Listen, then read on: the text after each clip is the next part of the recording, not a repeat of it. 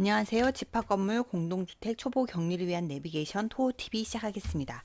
제 영상 올린 것 중에 보험료하고 기부금, 그 다음에 의료비, 카드 내역이 좀 빠져서 그래서 제가 지금 부랴부랴 다시 추가 영상을 찍으니 양해 부탁드리겠습니다. 시작할게요. 보험료 및 연금 계좌에 대해서 이제 말씀드리는데, 보험료 부분에 대해서는 근로자가 본인 납부한 부분만 세액공제가 가능해요. 그리고 배우자나 부양가족에 대한 것은 제외하고, 그리고 연금보험료는 요 밑에 하단에 있는 연금보험료 탭 하단에 연금계좌 항목을 직접 국세청 자료 또는 연금계좌에서 준, 금융에서 준 자료를 확인하고 직접 입력하셔야 됩니다. 그래서 고래야지만 우리가 적용을 받을 수 있다. 그리고 이 각각의 항목에 대해서는 좀 확인하시고 넣으셔야 돼요. 그리고 그 국세청 자료를 PDF를 제가 다운받아서 한번 적용하는 걸 해봤거든요. 했는데 이게 끌어와지려요. 신기하게 끌어와지더라고요. 근데 대신 하기 전에 제일 중요한 거는 부양가족에 대한 인적사항을 넣은 다음에 끌어와지셔야 돼요. 그러니까 내가 피부양자, 내가 부양하고 있는 근로자에 대한 것을 내가 부양하고 있는 가족의 성함과 주민번호 정확하게 넣고, 그 다음에 이분이 나이가 몇 살에서 이제 무슨 장애인이면 장애인, 뭐 자녀면 자녀, 그거 설정 다 하신 다음에, 그리고 저는 부녀자다. 그러면 부녀자 체크하시고, 그리고 나서 PDF 받은 거를 국세청에서 받은 것을 업로드 하시면 됩니다. 그리고 하나 더 얘기 드릴게요. PDF를 받으실 때 제가 해봤는데요. 이거는 PDF는 제가 멤버십 영상으로 올릴 수밖에 없어요. 왜냐면 모든 사람이 보게끔 하기에는 좀 제 개인정보들이 자꾸 넘쳐나서 어쩔 수 없이 멤버십 하시는 분들한테만 PDF 올리는 영상은 올려야 돼. 그렇게 멤버십으로 올려야 되는 걸 좀 양해를 바라고, 대신 말로 하면 국세청 들어가면, 지금 들어가시면 연말정산 공제자료, 그 다음에 그거는 간소화 서비스, 뭐 이렇게, 그 다음에 부가세 신고, 이렇게 얼굴 스마일 돼 있고 양호 막 이런 게 있어요. 근데 우리가 PDF 받을 거는 요 첫 번째 거고, 그 다음에 이 시뮬레이션에서 그 자료를 국세청 통해서 회사로 전송하는 건 두 번째 건데, 우리는 대부분 이건 하진 않아요. 그래서 PDF 받을 건 왼쪽 거고, 얘를 클릭하고 들어가면 국세청 자료가 이렇게 나오는데, 그 중에서 국세청의 오른쪽 끝에 피부양자에 관련된 내용이 확인하기시고, 만약 피부양자가 전년도에 있던 분하고 변동이 없으면 똑같이 가는데, 만약에 변동이 있으면 여기서 피부양자 한번 확인하신 다음에 1월 연도에서 1, 2, 3, 4, 5, 6, 7, 8, 9, 10, 12달이 돼 있어요. 근데 내가 만약에 중도 입사자예요. 그러면 5월부터 입사했다. 그럼 5월부터 12월까지만 체크하시고, 그 다음에 전체 일괄적으로 다운받습니다. 근데 제가 얘기한 것 중에 국민연금 있었잖아요. 국민연금은 5월부터 12월까지 해서 다운받아도 1월부터 12월 자료가 끌어와집니다. 왜냐하면 국민연금 자체가 근로자가 근로했던 기간만 적용하지 않고 전년도를 다 하기 때문에, 이렇게 5월부터 12월까지 선택해서 끌어와줘도 국민연금은 다 끌어와진다. 그러니까 뭐 근로자가 만약에 5월에 입사했으면 5월부터 12월 것만 체크하시고 PDF 일괄 다운받기를 하시면 돼요. 그리고 다운받을 때 중요한 거는 비밀번호 거시면 안 되고요. 그 다음에 주민번호 모두 풀로 나오게끔 하셔야 된다는 거, 그거 주의하셔야 됩니다. 그리고 나서 부양가족에서 부양가족을 먼저 입력하시고 나서 이 PDF를 다운받은 걸 저장하셔서 적용해 주셔야 돼요. 그래서 이게 다 끌어와지더라고요. 신기하게. 해봤더니 너무 신기하더라고요. 하니까 너무 편하긴 한데, 대신 천천히 잘 하셔야 돼요. 한번 저장해서 들어가면 이거 수정하기 쉽지 않다는 거, 그거 조심하시고. 지우고 다음 페이지 넘어갈게요. 주택자금 및 월세, 주택자금 탭에 들어가면 주택 임차 차입금, 임차는 주택을 빌릴 때 차입금, 돈을 빌렸었던 건 빌린 원리금, 원금과 이자를 원리금이라고 해요. 원금과 이자를 상환한 것을 여기다 넣으시는데, 원리금 상환 대출 기관에 했던 빌린 돈. 근데 여기서 중요한 거는 2022년 12월 31일 시점 기준으로 무주택이어야 된다는 거. 만약에 이 사람이 12월 30날 주택을 계약을 했어요. 근데 1월 1일부터 12월 29일까지 원리금 상환액이 있었어. 근데 12월 31일 날 바로 그 직전에 집을 샀어요. 계약을 썼어? 그러면 소용이 없다는 거. 그거 기억하셔야 됩니다. 그리고 장기주택 저당 차입금. 장기주택은 오래 기간 동안 집을 저당 잡혀서 차입했다. 돈을 빌렸다는 거죠. 주택담보대출하고 이거 의미가 같은 거예요. 이자만 그거에 대한 소득액에 대해서 이자를 납부한 것만 특별소득 공제해 준다는 거예요. 어차피 내가 집을 샀는데 그 집은 내 소득으로 내가 산 거잖아요. 돈을 주택으로 바꾼 거니까 원금은 해당이 안 돼. 내 자산이 그대로 가치가 바뀐 거잖아요. 근데 이자는 금융회사에 준 거니까 이거는 소득공제를 특별히 해줄게라. 그러니까 이거는 이자만 적용이 됩니다. 이거는 12월 31일 기준 집이 하나만 있어야 되지 집이 두 개면 안 돼요. 이것도 주의하시고 그 다음에 주택마련저축. 이거는 주택마련저축할 때 우리가 청약저축 붙잖아요. 그죠? 걔네들이에요. 대신 근로자가 7천만 원 초과하면 안 돼요. 근데 대부분 7천만 원 초과하진 않을 거고 총 금액이 7천만 원 초과하면 안 되고 7천만 원 초과하지 않는 경우 연중 무주택 세대주만 가능해요. 얘는 집이 없어야 돼요. 연중이에요. 한 시점만 보지 않아요. 1년 다 집이 없어야 돼요. 내가 만약에 집이 없었다가 전년도 초에 잠깐 집이 있었는데 팔아서 지금은 집이 없어. 소용이 없어요. 1월 달엔 집이 있었잖아요. 해당 안 됩니다. 그 다음에 월세액은 내가 7천만 원 이하 근로자가 집이 없는 이 사람이 집이 없는 사람이 국민주택 규모 기준은 3억 이하입니다. 주거용 오피스텔도 되고요. 고시원도 포함해서 임차하기 위해서 돈을 지급한 월세액에 대해서는 월세세 공제를 받습니다. 그러니까 이런 것들은 세법을 어느 정도 아신 다음에 보셔야 이해가 좀 빨라요. 신용카드 하이라이트죠. 하이라이트.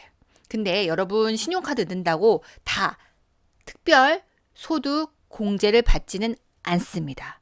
내가 근로한 급여에 받은 수령한 금액에 적어도 그 연봉의 25%를 초과한 그 금액부터 카운팅이 들어가요. 무조건 넣는다고 해서 들어가지가 않아요. 그거 기억하셔야 돼요. 나 카드 넣었는데 연말정산 돌렸더니 내용이 안 들어가요. 이거 잘못 넣은 거 아닐까요? 그럴 때는 확인해 보셔야 돼요. 내가 소득한 금액하고 실제 카드 쓴 금액이 내 소득 금액의 25%를 넘었는지 안 넘었는지. 만약에 안 넘었으면 넣어봤자 소용이 없어요. 적용이 안 돼요. 그러니까 그거 판단하시고 근데 PDF로 다운받으면 얘가 자동으로 끌어와지더라고요. 신기하죠. 저 이거 뭐 깜짝 놀랐어요. 배우자 것도 제대로 넣으셔야 됩니다. 배우자 것도 따라옵니다. 그래서 요 내용들은 다 따라 들어오니까 확인만 해주시면 돼요. 근로자 본인을 포함한 부양가족 금액에 해당의 구분에 맞게 입력. PDF면 입력 안 합니다. 끌어와집니다. 신용카드 등 사용 구분액 집계돼 있어 포기가 되고요. 그리고 중요한 거는 이번에 그 세법이 소비 증감분 전년도 비해서 더 많이 쓰면 그거에 대해서 세율이 바뀌어서 더 적용되는 게 있는데 생각보다 쉽지 않습니다. 그런 것들 이런 것도 확인하시고 중요한 거는 신용카드 전체 매출을 무조건 다 때려 넣으면 안 되고 전체 금액에서 전통시장 대중교통 도서공연은 뺀 금액만 넣으시고 여기 도서공연은 따로 전통시장 따로 대중교통 따로 입력하시는데 대중교통은 상반기하고 하반기는 요율이 달라서 따로 계산하십니다. 이것 때문에 계산하기가 너무 귀찮아요. 그래서 우리는 뭘로 홈택스에 있는 PDF 자료를 적용해주면 얘가 지가 따라 들어가요. 정말 신기해요. 저 이거 하고서 너무 놀라서 박수 쳤어요. 여러분 그리고 PDF로 등록하지 않은 경우는 직접 계산해서 넣어야 된다는 게 있으니 될 수 있으면 근로자 거는 PDF로 받으시라. 네, 의료비 있으면 의료비는 좀 너무 밑으로 내려갔네요. 의료비는 근로자 본인, 그 다음에 부양가족, 의료비를 내가 지불한 게 있으면 그거는 넣을 수 있습니다. 만약에 내가 의료비가 피부양자가 원래는 다른 사람이 피부양자로 되어 있어요. 그러면 그 사람에 대한 의료비를 내가 냈어. 그러면 이제 이거는 가능할까요? 안 가능할까요? 의료비는 내가 지급했으면 그거는 가능해요. 그래서 그거는 잘 알아보시고 하셔야 됩니다. 근로자 본인을 포함한 부양가족의 의료비 금액을 해당 고려에 맞게 하시는데 원래 피부양자 중에서 부모님은 70세 이상은 경로에 대한 것을 추가로 100만 원을 더 받잖아요. 근데 의료는 65세가 추가로 더 돼요. 그래서 장애인이거나 65세 이상인 경우는 이쪽 항목에 넣으셔야 돼요. 그거 나이가 좀 다르다는 거 기억하시고 실손의료보험으로 했던 것도 국세청 자료에서 끌어와집니다. 내가 실손으로 돌려받았던 금액도 이쪽으로 받을 수 있으니 확인하셔야 돼요. 그리고 근데 보험은 의료비 공제에서 빼지는 거예요. 보험료에서 적용되는 게 아니에요. 여기서 적용합니다. 그리고 의료비는 근로 제공 기간 동안 지출에 대해서만 공제 가능하니까 홈택스 자료 제출 시 근로기간 제외 후 이게 뭐예요? 근로기간 제외라는 것은 근로한 기간만 된다는 얘기예요. 근로기간 제외라는 거 오타인 거예요. 이거 조심하시고 근로한 기간 것만 PDF 자료 제출해서 다운받으셔야 됩니다. 그리고 실손의료보험금을 입력하면 아까 얘기했던 거 얘를 입력하면 의료비에서 제외 후 즉 의료비에서 빼고 공제대상 금액으로 계산이 된다라는 얘기예요. 그거 이해하셔야 될 것 같습니다. 그리고 밑으로 내려서 교육비예요. 교육비가 잘 안 끌어와져요. 그래서 좀 조심하셔야 되는데 근로자 본인을 포함한 근로자 본인은 대학원까지 됩니다. 근데 부양가족은 대학원까지 되지 않고 대학교까지는 돼요. 부양가족의 교육비 금액을 해당 구분에 맞게 입력하고요. 교육비 등록 시 교육비 구분을 선택한 후 금액을 등록하여 주시기 바랍니다. 여기서는 등록하래요. 교육비 구분. 자, 그러면 교육비 구분은 이건 뭐예요? 본인 건지, 해당이 되지 않는지, 이거를 입력하시란 얘기예요. 그죠? 왜냐면 얘가 아무리 끌고 와줘도 이게 해당이 되는지 안 되는지는 얘는 알 수가 없어. 그래서 요거는 우리가 넣어주셔야 된다. 그래서 이거는 등록해 주시고 PDF 업로드 시 교육비 구분은 업로드 되지 않으므로 교육비 구분은 직접 선택한 후 저장하셔야 된다. 요거 포인트입니다. PDF로 끌어와지지만 구분은 같이 끌어와지지 않는다를 머릿속에 인식하고 우리가 넣어야 됩니다. 그 다음에 교육비 총금액 녹색 입력한 이 금액과 국세청과 그 밖의 자료 합의 맞춰야 되죠. 지금 예를 볼게요. 요거를 보시면 교육비 일반과 교육비 장애인이 있습니다. 자, 일반은 여기 있는 공납금과 체험학습비의 합의예요. 근데 교복은 그 밖의 자료에 여기에 들어갔던 자료가 끌고 와진 거기 때문에 얘 둘이 합은 여기 그대로 들어가야 된다 그 말이에요. 이해 가셨죠? 그리고 교육비는 근로 제공 기간 동안 지출에 대해서는 공제 계속 얘기하고 있어요. 지금 근로한 기간 동안만 다 적용되는데 그 중에 뭐만 전년도 거 통째로 들어간 건 뭐다? 국민연금이다. 그래서 국세청 들어가서 근로하는 기간 동안만 만약에 내가 5월에 있었으면 5월부터 12월을 체크하고 일괄로 PDF로 다운받아도 국민연금만 1월부터 12월께 다 들어가요. 국민연금 것만. 그래서 그냥 어렵게 생각하지 마시고 PDF 다운 받으실 때 근로한 기간만 체크하신 다음에 PDF 일괄 다운 받으시는데 비밀번호 걸면 안 된다. 그리고 주민번호 풀로 들어가야 된다. 그렇게 해서 다운 받아주세요. 국민연금은 지가 알아서 1월부터 12월 값이 다 들어가 있어요. 그러니까 걱정 안 하셔도 돼요. 자녀 학원비는 취학 전 입학년도 1월, 2월까지 제출한 경우 공제 가능합니다. 취학 전만이에요. 중요한 거는 나이가 어리지만 조기 입학했다. 그 아이는 학교를 입학했으면 끝이에요. 그건 안 돼요. 대학원은 본인만 된다. 비과세 학자금 지원받은 경우 교육비 공제 대상에서 제외는지 확인하시기 바란다. 라고 돼 있죠.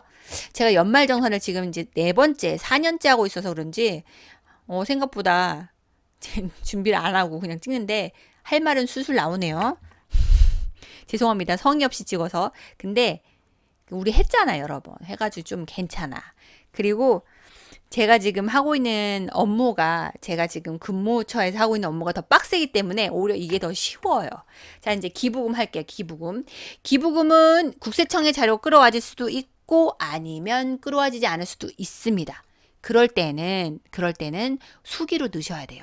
자, 근로자 본인을 포함한 부양가족의 당해 발생한 기부금을 입력하는 거예요. 본인을 포함한. 그리고 그거에 대해서는 항목에 대해서 얘를 입력하시고요. 밑에다 그거에서 만약에 120안이 본인은 정치자금 기부금이야. 여기다 넣으시는 거예요. 왜냐하면 얘는 이게 정치자금 기부금인지 아니면 종교단체 지정 기부금인지 아니면 법정 기부금인지 얘는 알 수가 없어요. 거기까지는 얘가 안 돼. 그래서 얘를 여기다 넣어 주셔야 돼요. 왜? 정치자금 기부금, 지정 기부금, 법정 기부금 그거에 대해서 요율이 조금씩 달라요.